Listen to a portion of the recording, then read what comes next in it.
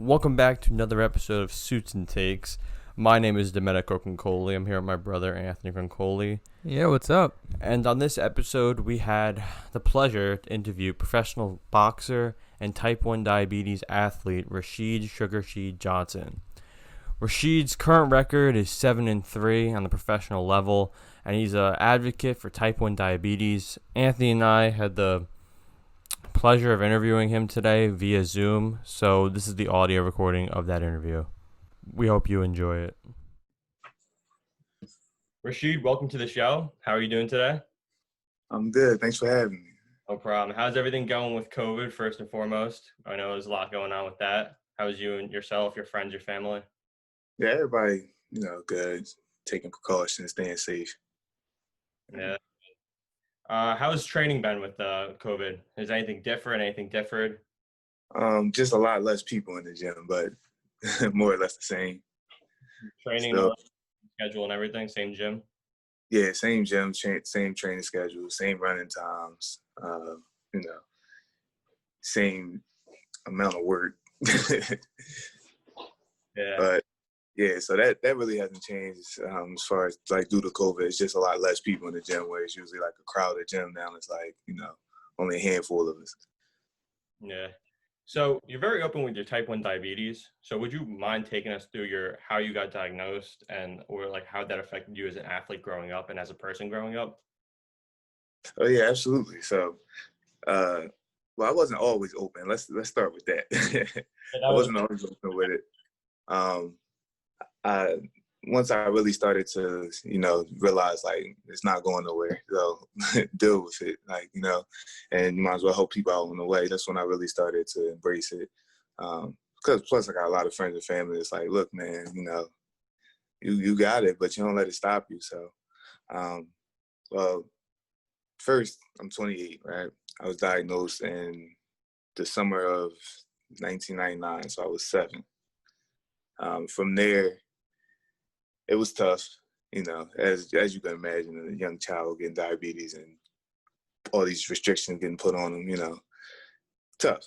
So at first, I hated it. Well, yeah, at first I hated it. I didn't realize why everybody else can have stuff and I couldn't. And, through low blood sugar, high blood sugar, I'm in school, got to leave, go to nurse, there's a bunch of craziness going on with that. But one thing back then, like, I love football. I used to play football all the time. I play every year, play for school, play for, the community leagues, stuff like that. So I didn't let that stop me. So I remember my coaches used to always have like oranges on the side for me every time, like halftime and everything.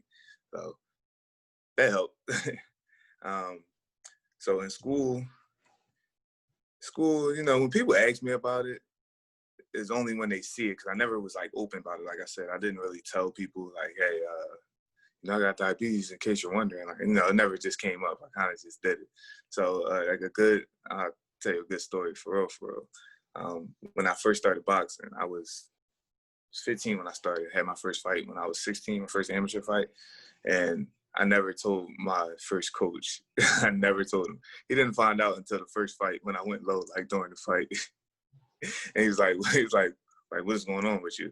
And I'm like, yeah, I got diabetes. He's like, what? He never knew. So that's how, not open I was to say. But I mean, growing up with it, like I have a great support system. So it wasn't, it was tough on any kid, but it wasn't as tough as it could have been, Definitely. What age would you say you were fully open with everyone knowing and everyone? Man, I'm gonna say maybe like 23. Oh, really? Okay. All Yeah, right. so again, maybe like 23. And I still had to get like comfortable with talking about it. Like, and that's more so recently where I really was like open with it. Yeah. Like you've seen on my page where I had my pump showing at a weigh-ins. That took a lot of guts for me to do. It's a very powerful move, because all those with the Omnipod, I have an Omnipod myself, and it's like anybody young kid watching that's really inspired by you, because you're able to do that with the Omnipod on. A lot of people are maybe nervous to show it, they're embarrassed of it, but you're fully embracing it, and I really applaud you for that. Yeah, and at first I was going back and forth in my head with it. I'm like, I'm gonna let it sit. And then I just got up. I said, you know what? It's me. It's me. It's part of me. Yeah. Like, You had like a lot of headlines when you did that, when you showed your pump. Was that like a big news there? Or everyone kind of knew and understood?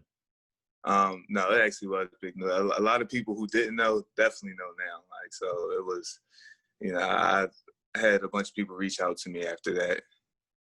So it was a powerful move, and I'm glad I did it. Yeah.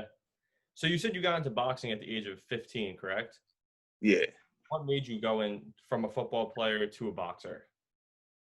Well, I went for football. I did track, and I went over to boxing. But I just always had a fight in me, and part of the reason was because of diabetes. Really, like, that anger you felt from it. It's just it stuck with me.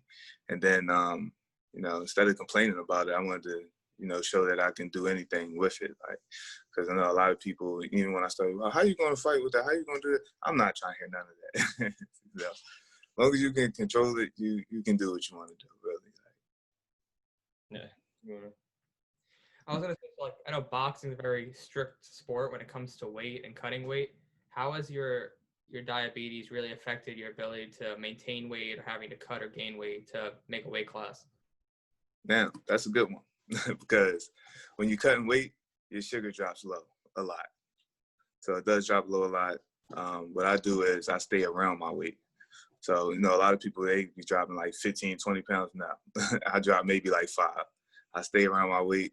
My doctor, Dr. Cardilio, she's actually pretty great. So she has a different basal for around the time I start to drop weight, excuse me.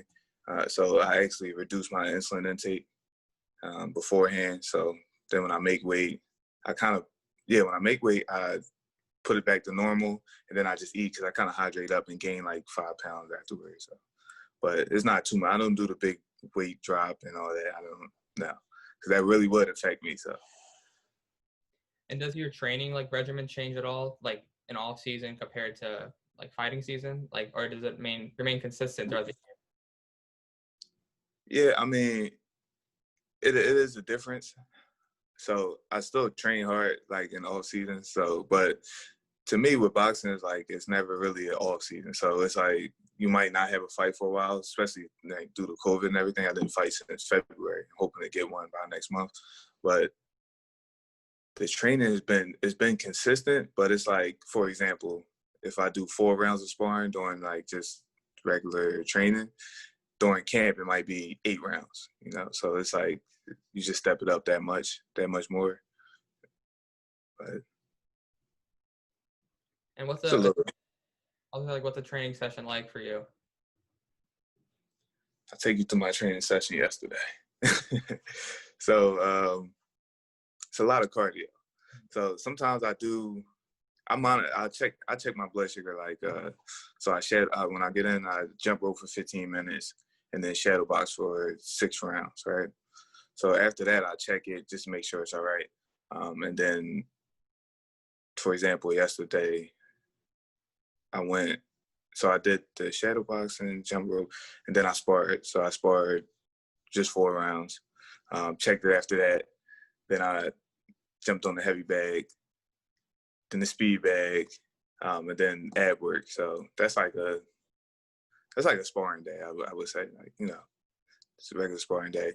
The day before that, I've done 6 rounds on the bag. See, that's a good example because 6 rounds on the bag on like when I know I don't have a fight schedule. But if I was fighting, it might be like 12 rounds on the bag. So I did 6 rounds on the bag, jump rope, different drills with my trainer as far as like holding the mitts and everything, just to get your routine and, little stuff down, like the stuff people don't know that you got to do, like the angles, the precision, stuff like that. So. How often do your blood sugars go low during training, and how do you raise those numbers? So it goes low. Man, it really depends though. Like the better shape I'm in, it goes low. It goes low a lot more, and I think that's because I know the doctor, I don't know the science of it like that, but, you know, the doctor says your insulin sensitivity always changes, and I'm sure you've heard that before. So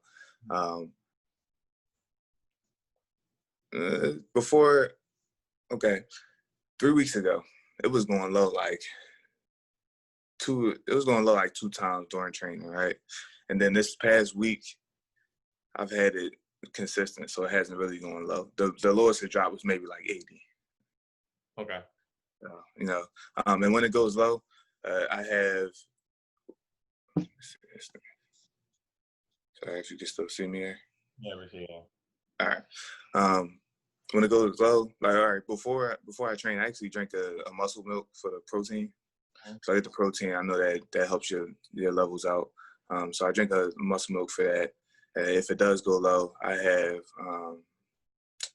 I have fruit there. Apple brings it up really fast, which I just realized in the past like month that apples work. So I have apples there. I have it's orange juice in the gym. We got a little fridge, so I put orange juice in there. That's about it. I have protein bars, you know. So I always have something. I do have glucose. I'm not really a fan of glucose, to be honest with you, but I have it. Okay. Yeah. And now you're a full vegan, right? You switched that diet to vegan. What year did you switch that up, and how has that impacted your blood sugars and your overall performance? Nah, so I switched it up actually this year, back in March. So I've been doing that since March. Before that, I was a pescatarian for probably about 3 going on 4 years. So I just did fish. So now I wanted to, you know, try to vegan. What I noticed with vegan is you definitely have to know what you're doing. You have to get the right supplements like proteins and everything like that. So once you get that intact, it's actually, you know, pretty great. I have more energy training. I have more energy just getting up in the morning. So that's been working out for me pretty well. Okay. Well, and making weight that is, you know, I keep my weight down a lot more with the vegan diet than I was eating it. Was there a reason why you switched to like pescatarian and then becoming a vegan over that time? Well, what I always notice about like meat products, it always like it doesn't make me feel good. Like it makes me feel sluggish. Like, you know, if you went to a buffet or something, you know, how you feel afterwards. So I wanted to do pescatarian, try to limit that. Now, what made me go vegan, honestly, I watched that documentary, What the Health, and that took me there. Like, if you ever heard of that? The one on Netflix with Arnold Schwarzenegger. Yeah. Well, the one with Arnold Schwarzenegger, that's a different one. But I've seen that one as well. I was gonna say like how do you get your protein intakes? I know like the biggest like question people have for vegans, like, aren't you going to be deficient in protein if you don't eat meat at all? So like how do you get that protein? Well, protein, you know, is plant-based protein. So you get your proteins pretty much the same way that them strong animals you see get their protein. Like even things like chickpeas, and chickpeas is high in protein. Chickpeas, avocado, things like that. So. Okay. So your Instagram handle is Sugar Sheed, right? Was that a nickname that you came up with, or did someone give you that nickname? How did Sugar Sheed come about? Someone gave me that nickname. You know, it's because of diabetes. You know, everyone used to call it sugar diabetes, and so I got that name from actually one of my old coaches that named me that. Okay. So in terms of fighting, what was your biggest setback, and how did you overcome that setback? Whether it be just diabetes, a loss after a loss, how would you overcome the setback?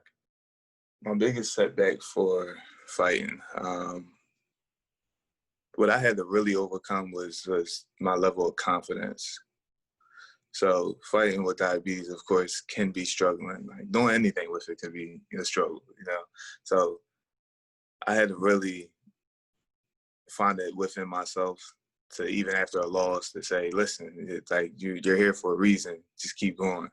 You know what I mean? Let it fuel you. Don't let it stop you. Like, so after a loss, if I even feel down about it, or even even if I'm training and my blood sugar go low, that could be frustrating. So I had to really find it deep in myself to really overcome that. And that, that's a process. That's still a process, you always deal with. So my confidence level is a lot higher than, what it used to be. And it's a lot higher than I would say a lot of people, because like I said, it's hard to fight with diabetes, Okay, So if I feel like if that's not going to stop me, then why am I worried about someone else? What would you say to someone that's dealing with type 1 diabetes that feels that they can't accomplish their goals because of diabetes, whether physically, mentally, academic? What would you say to someone that doesn't think they can accomplish their goals because of diabetes? But I would say with that is just keep going. Like, you really just have to sit down, find it yourself. I would give them a list of examples of people who really, overcome that. I know that everyone's different. I completely understand that, but it definitely helps to talk to someone who has diabetes, or even listen to someone who has diabetes, and really overcoming a lot of obstacles. So, just keep going and keep fighting hard. Yeah. Do you have certain diabetes role models, or do you just have role models in general that you follow? Who do you? Diabetes role models. I wouldn't say I have a lot of diabetes role models, but sometimes it's I know a lot of diabetics are not really open about it, so you don't see too many. That's the problem, I think. But I do I like Mark Andrews. I tell you that. I know he's diabetic. I like him. I know what's the guy from Chicago. I knew he was diabetic, but yeah, but I never really heard him speak about it or anything. A lot of people really about it, but they're not too open about it, which is why I Right. love you, because you're so open about it and you're ready to talk about it, which is great. We really appreciate that. Yeah, no problem at all, for real. But yeah, it's not really. Like, you can find some athletes with diabetes, but like you said, not really open about it, so it's kind of tough. I know. That's why I say I do like Mark Andrews. I know he's a little more open about it than a lot of other athletes. So it's a good thing. So when people reach out to me, like other athletes, I say, hey, man, don't, be open about it. It's the only thing. It's the only thing that's going to help. It's going to help a lot of people. It's going to change the game. So I was another guy that actually fights over in Europe, that we actually talk to each other. He's a diabetic, and he's actually the first diabetic over there, because it was actually banned over there at one point until he fought for that. So that's a big inspiration. You know what I mean? Now, you wear both an Omnipod and a Dexcom when you fight. Yeah. How difficult is that with it getting torn off, with other malfunctions? Have you had any trouble fighting with both of them on? Well, I haven't had trouble with that yet. The Dexcom, I know the Dexcom goes out sometimes. Mhm. I mean, that might be a little, but the Omnipod, I'm not too worried about it. And honestly, I don't even think about it. Like, soon as my gloves get taped on, that stuff I just kind of just throw out the window. Like, I don't think about it. And then I know, I'm like, if it gets ripped off, it gets ripped off. I'm still fighting. So I watched your interview with Embrace, where you did the one-on-one, and you spoke about how you had a season 3 that was cut. How did you get that opportunity to position? Sorry, it cut out a little bit. You said with I Embrace, and you had a scene that was cut from Creed. How? Oh yeah. Yeah, that was I was really just a background, just sitting there, but yeah, it was cut. But that was it was fun just being around there, though, and being around the atmosphere, being around Michael B. Jordan, and it was fun. So like the day of a fight, what do you do to mentally prepare yourself going into the match? Like, do you listen to music? Do you have like a ritual prior to the match? Yeah, I just listen to music, really.